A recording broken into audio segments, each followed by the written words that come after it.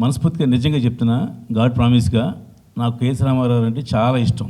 ఎందుకు ఇష్టం అంటే ఆయన తీసిన సినిమాలు, ఆయన చరిత్ర మీ అందరికీ తెలుసు, నాకు ఇంకా ఎక్కువ బాగా తెలుసు.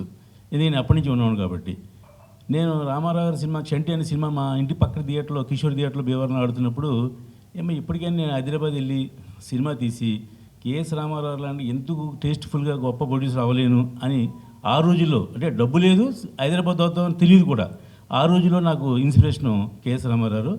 ఈవేళ నాకు ఆయనతో ఏం పని లేదు, అయినా ఎందుకు మనస్ఫూర్తి చెప్తున్నానంటే నిజం నిర్భయంగా ఉంటుంది కాబట్టి, అటువంటి రామారావు గారితో నాకు చాలా ఇష్టం కాబట్టి చెప్తున్నా.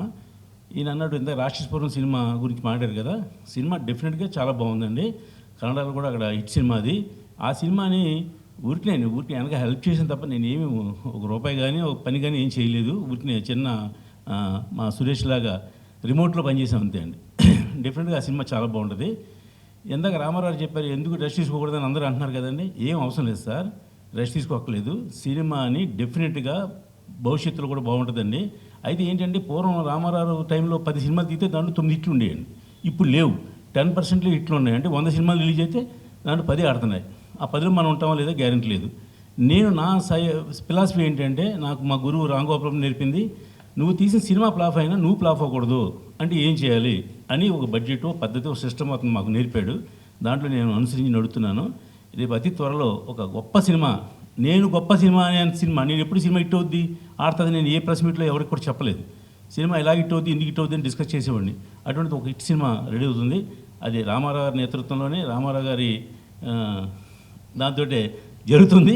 అది జరిగినప్పుడు దాని ప్రెస్ మీట్లో దాని డీటెయిల్స్ చెప్తాను. డెఫినెట్గా సినిమాలో అందరూ అంటారు ఈ సినిమా నేను ఇటు తీస్తానని, నేను ఎప్పుడు ఇటు తీస్తాను అనలా. భవిష్యత్తులో మాత్రం డెఫినెట్గా ఇటు తీస్తానని ప్రామిస్ చేస్తాను. అది నా పర్సనల్ విషయం.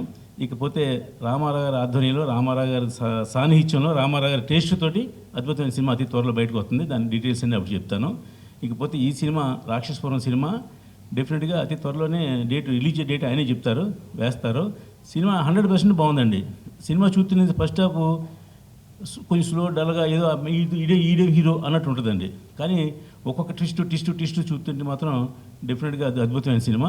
అది నేను గుడిగా అడిగా రీమేక్ చేయొచ్చు కదంటే, రీమేక్ చేస్తే మళ్ళీ అంత క్వాలిటీ తీయగలం లేదో తెలియదు. అందువల్ల డబ్బింగ్కి కొత్త హీరోయా పాత హీరోని అవసరం లేదు. సినిమా బాగుంటే అన్నీ చూస్తారు మన తెలుగు ప్రేక్షకులు. కాబట్టి ఈ సినిమా డెఫినెట్గా ఆడుతుంది 100% నేను చెప్తున్నా.